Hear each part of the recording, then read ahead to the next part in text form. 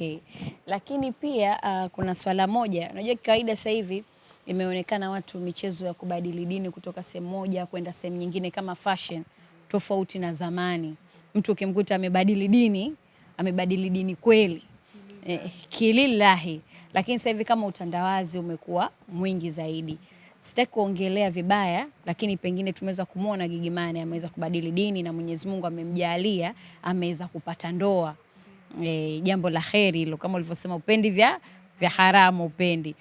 Pengine una ushauri gani kwake, kwa sababu hapa katikati kuna birthday aliweza kwenda kumsupport Juma Lokole, alionekana kwamba amevaa mavazi ambayo si stara. Na unaposema mimi ni mke tena umewekwa ndani alafu umebadili dini kwenye kutokana na mazingira yetu ya Kiislamu, unatakiwa hata pia mavazi kidogo tufichie, watu wakawa wamemponda sana. Pengine una ushauri gani, maneno machache tu ya kumwambia Gigy Money? Kwa kweli kwanza niseme kwa Gigy, kweli ameingia kwenye dini yetu ya Kiislamu. Tusimhukumu kwanza. Unaambiwa usihukumu kitabu kabla hujasoma maneno ya ndani ya kitabu. Kweli kabisa. Kwanza yeye ni mgeni kwetu kwenye haya mambo. Japokuwa mama yake anasema yeye ni Muislamu, pengine alikuwa Muislamu jina naye mama yake.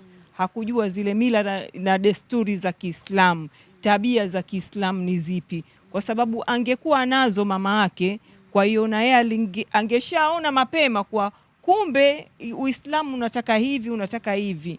Kwa hiyo angeshaelewa, lakini hivi amekuja atajifundisha polepole. Hakuna mtu tu anayekuja akayajua kila kitu, akajua kusoma, akajua kujitia tohara, akajua kukoga janaba, akajua hakuna. Yule Gigy tunayemuona, tunayesema anatembea uchi, sijui bado dini haijamkubali, sijui nini, yule anaweza kuja kuwa bora kuliko hao wanaosema.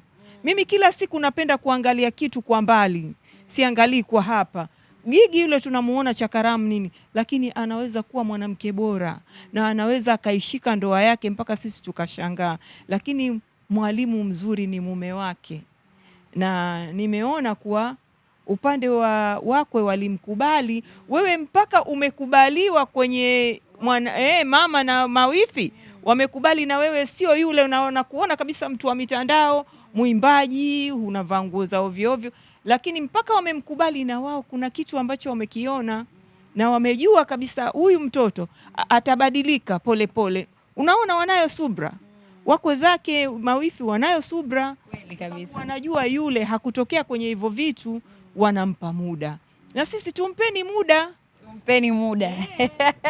Jamani, tumpeni muda Gigy Money. Lakini kuna maswali yangu kama mawili hivi nataka niende nikamalizie. La kwanza kabisa, sasa hivi wanaume bwana mama wamekuwa na mtindo mmoja. Wanakuambia mimi naye tumeachana, lakini baada ya dakika 0 au labda baada ya mwezi kadhaa mtu anarudi kwa Yesu, anasema tuchangamshane, lakini wewe endelea na mambo yako na mimi niendelee na mambo yangu. Hii imekaaje? Anakosa pa kufia. Nauliza tena, unakosa pa kufia? Katafute kaburi lako. Sio tena umeniacha alafu unataka unirudie. Iweje sasa? Iweje? Mimi nina mtu wangu sasa, ukinikuta ndo nina mtu wangu na mimi sina hamu na wewe, sikutaki sasa, sikupendi, utanilazimisha au utaniteka. Maana hawa wanaume wa siku hizi hawajielewi wengi wao. Kweli hawajui nini. Usikute hawana nguvu za kiume kwa wengine huko. Ni kweli. Unakuta kabisa mwanamume anakitaka kukurudia sana kwa sababu wewe unakuwa unamjulia kila kitu. Na pengine akienda goli moja wewe unaye. Akienda mawili wewe unaye. Pengine huyo haendi mwendo mrefu ndo anakimbilia huku kwenye zizi lake. Anarudi kwenye zizi, anarudi zizini kwa sababu yule mwingine atamtoa show. Atamtoa knockout. Kwa hiyo anarudi huku. Unajua wakiwa hawajui vitu vingi ndo anarudi huku. Kama wanajua vitu vingi kwa Gen Z mbona hawasogei? Kweli kabisa. Wakachezeshwe misamba huko. Hapo akachezeshwe misamba.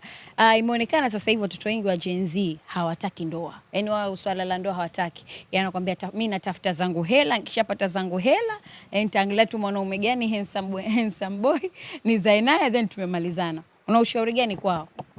Ushauri wangu waolewe. Na wengi wao nikwambie wanatumia hivi vitu vya kizungu vya kujimaliza wenyewe. Nimegundua watoto wengi ambao hawataki kuolewa wananunua hivyo, wanaita special wenyewe. Midoli fulani hivi. Kabisa. Yaani wananunua hiyo midoli, wanakaa nayo, mabetri manini wanayo ndani ya nyumba, mavibe hayo. Unaona mtu atoke. Ndio unajua ukizoea vitu vile huwezi kumtaka mwanamume, na wengi wao ndio hivyo. Wanavinunua hivyo vitu, ndio maana vinawafanya hawataki tena wanaume. Sasa kuzaje?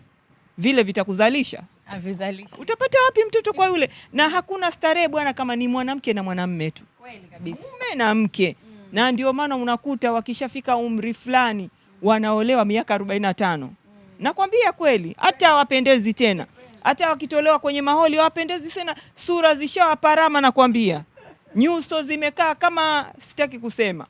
Yaani kwa kweli hapana. Oleweni wanangu, watoto wangu wazuri. Kwanza dunia yenyewe iko wapi sasa hivi? Kweli unasema mimi siolewi, mama yako umempa zawadi gani sasa? Kwa sababu mama aliolewa na baba yako, wakalala juu ya kitanda, ukayavuruga, wakafanya ya kufanya, ukapatikana wewe. Sasa wewe utaki kuolewa, unataka nini? Nawauliza, mnataka nini watoto wangu wazuri? Oleweni. Kwanza hakuna kitu raha kama mke na mume. Kweli kabisa. Sana. Umeolewa alafu unapata watoto, uko na baby love wako, wenyewe ndio mnavoita. Mabebi mnawaita baby daddy, ndo wale watu wazima. Ndio mwisho wa siku wanaenda kupata mijanaume mijitu mizima ilokwisha kila kitu. Umesha katika springi za kila sehemu. Mnaipata nyie, mnakuwa manesi watoto wangu wazuri. Nesi wazamu. Kwa kweli. Kwa sababu majanaume mijitu mizima ina sukari, ina pressure, ina stressi, ina kila kitu. Msogolewa na wanaume watoto wadogo wenzenu kweli? Mnaenda tena mtu umekomaa kabisa, baby daddy, baby daddy, baby lina mvi paka. Nyie. Haya mama, tumalizie na nyingine hii hapa. Sasa hivi shanga lilionekana kama vazi fulani la ndani la kuficha. Lakini sasa hivi watu shanga wanaziachia wazi, tena mtu anaiweka hapa juu ya tumbo. Anaona kama fashion, lakini kizamani sisi tulikuwa tunasikia dada zetu wanakwambia hii ndio ufiche ukiwa ndani na mumeo. Hawa watoto siku hizi una ushauri gani kwao? Maana imekuwa kama tafrani, yani tena mtu akishaona mtu anaona kama aishushe kidogo. Umeiona? Watoto siku hizi wengi wasanii wanafanya vile kama wako nje hivi, kama wako Ulaya, wametokwa haya, hawana aibu, hawana haya. Yani watoto wa siku hizi wengi wao hawana haya. Ni kweli kitu kile sisi tuliumbiwa kwa ndani. Hata mimi hapa nilipo sivai nje, sivai nikajionesha nje, lakini nauza.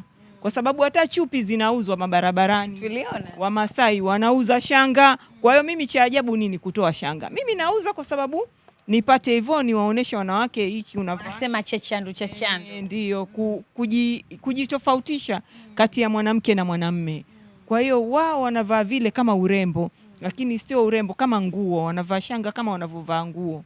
Sasa hivi ndio wamefanya hivyo ili wavutie biashara zao. Wengi wako sokoni. Wako sokoni wengi kabisa. Anasema mimi bila hivi nataka milioni ngapi, nataka milioni fulani, ndio utakuja kwangu, ndio utafanya nini? Kumbe umkute ndo biashara zake hizo. Unasemaje wewe huwezi kuonekana mpaka na pesa? Si ndio biashara? Unavutia wateja polepole kisirisiri. Kweli. Tuliweza kuona pia kuna mdada mmoja hivi yuko karibu sana na Vunja Bei. Naweza nikasema ni modo wake, anaitwa Penela. Yeye alisema kwamba mtu ukimtaka hata Wizkid uwe na kama mabilioni fulani. Wewe unalizungumziaje hilo? Kwa kweli kwa bilioni moja mwanangu Finela uongo. Hakuna mtu anayetoa bilioni moja kwa sababu sijui kwa kitu gani.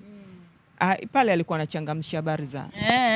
Atuchangamshia. Anawekea pilipili na chumvi pale na ndimu kidogo, yani mpate kuchangamka. Unajua kuna baadhi ya watoto wangu wazuri wengi sio wahalisia, wakipewa maiki sio wahalisia. Wako ile yani ajulikane, ya trend yeye nani. Wanapenda sana hivyo vitu kuongelewa. Kwa hiyo ile imemfanya kila mtu, hata wewe si utamuongelea kama hivi hapa.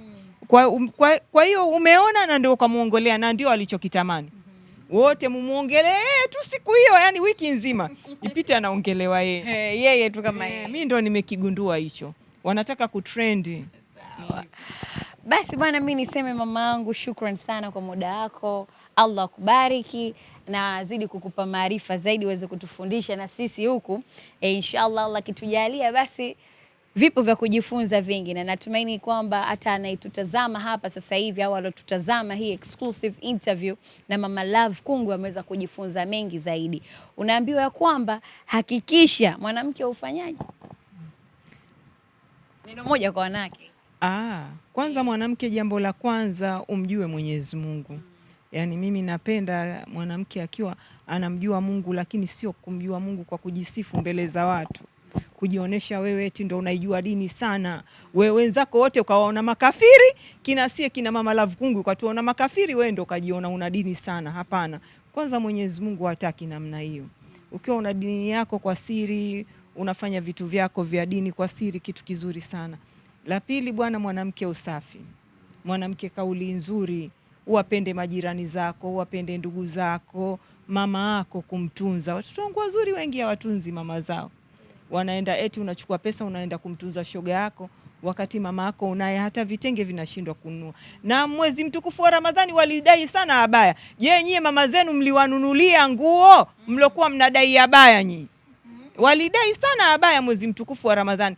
Je, mama zenu mliwanunulia nguo au mlijua kuomba abaya tu kwa waume zenu? Nawauliza hapo. Manake unapoomba kitu kwa mume wako mwezi mtukufu wa Ramadhani, mkumbuke na mama yako. Kweli kabisa. Wewe ndio mama pia wa kumlea mama yako. Je, ulimnunulia mama yako kitu? Au wewe unakimbilia mume wangu nataka abaya? Kwa nini usingemwambia mume wako, mume wangu naomba pesa ninunue kitu kwa ajili yangu mimi na mama yangu na mama yako wewe? Mnakimbilia mnajitakia wenyewe tu. Maneno hayo kuntu hayo. Basi hakikisha unaenda kudrop comment hapo na kuweza kutoa maoni yote au mawazo yote na kipi ambacho umejifunza kikubwa sana. Ulikuwa nami Zuchilk. Shukrani sana kwa muda wako. Hakikisha una share pamoja na kusubscribe, utakuwa umetisha sana. Bye bye.